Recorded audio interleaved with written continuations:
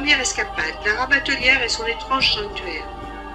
Le sanctuaire Notre-Dame de la Salette à la Rabatelière est un curieux et imposant ensemble qui s'élève dans un cadre admirable du bocage vendéen. De grands arbres revêtent des coteaux jusqu'à l'éboulis des roches et un ruisseau gambade au creux du vallon avec de gracieux méandres. Décrire la Salette ne saurait en rendre l'image fidèle. On s'étonne, on l'admire, il faut la voir. L'impression dominante évoque l'art mauresque avec ses tours crénelées de briques rouges, ses porches arrondis, son donjon carré, ses dizaines de tourelles qui s'accrochent à chaque panier. Au premier plan, la Vierge en pleurs apparaît au jeune berger. Au second, c'est le dialogue de Marie avec Maximin et Mélanie. Au sommet, la Vierge s'élève devant les enfants qui tendent les bras dans un geste de sublime adieu. Inaugurée le 23 octobre 1889, cette journée réunit 25 000 personnes. La pièce principale de ce triptyque monumental rappelle les apparitions de Notre-Dame de la Salette dans les Alpes dauphinoises le 19 septembre 1846.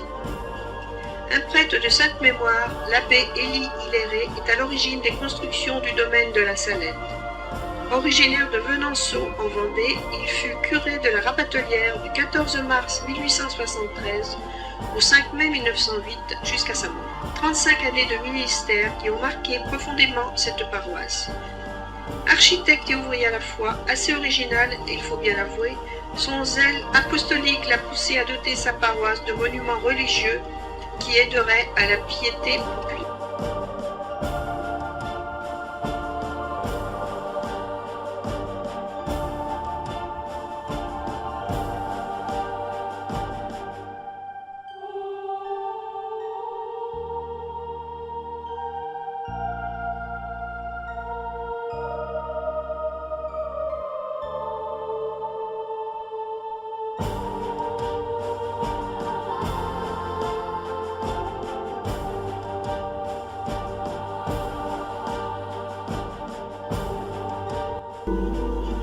Sur la colline, une tour massive dressée sur un plateau de rocailles est dite tour de la croix de Jérusalem. Des tours d'angle l'épaule formant un chemin de ronde au premier palier. Au-dessous s'ouvre une crypte creusée en forme de tombeau qui renferme une statue du Christ enveloppée d'un linceul et sur lequel veillent 2 anges.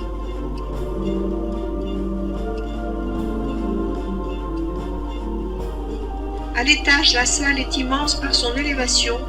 Sur le fond se dessine une immense croix de bois avec de chaque côté 2 statues, la Vendée et la Religion. Sur le socle, des souvenirs de 1793.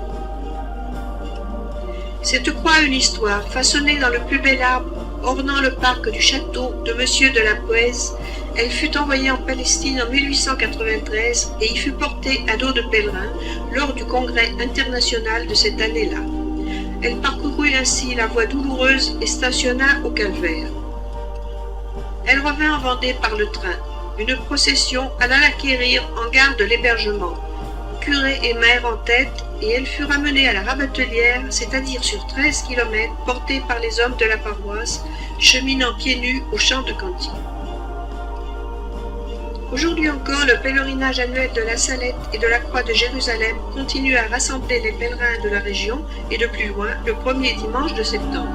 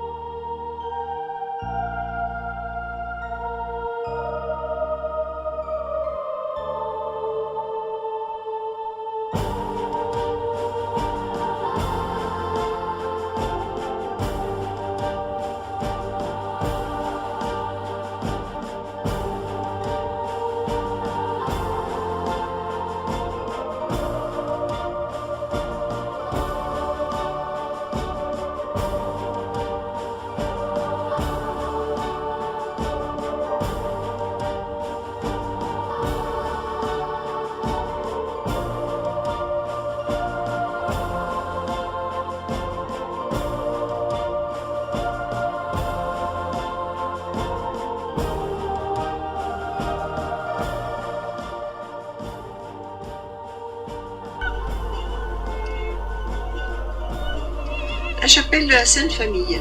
Oh, le beau chêne, s'écria l'abbé Hilleret au cours de l'une de ses premières visites paroissiales dans le hameau de la Menantière, situé sur la route de Chavagne, à 2 kilomètres du sanctuaire. Puis après un moment d'admiration silencieuse, il ajouta « Quelle belle chapelle on pourrait bâtir là !» L'idée fit son chemin avec des encouragements et des critiques, mais en bon prêtre vendéen têtu, l'abbé poursuivit son projet.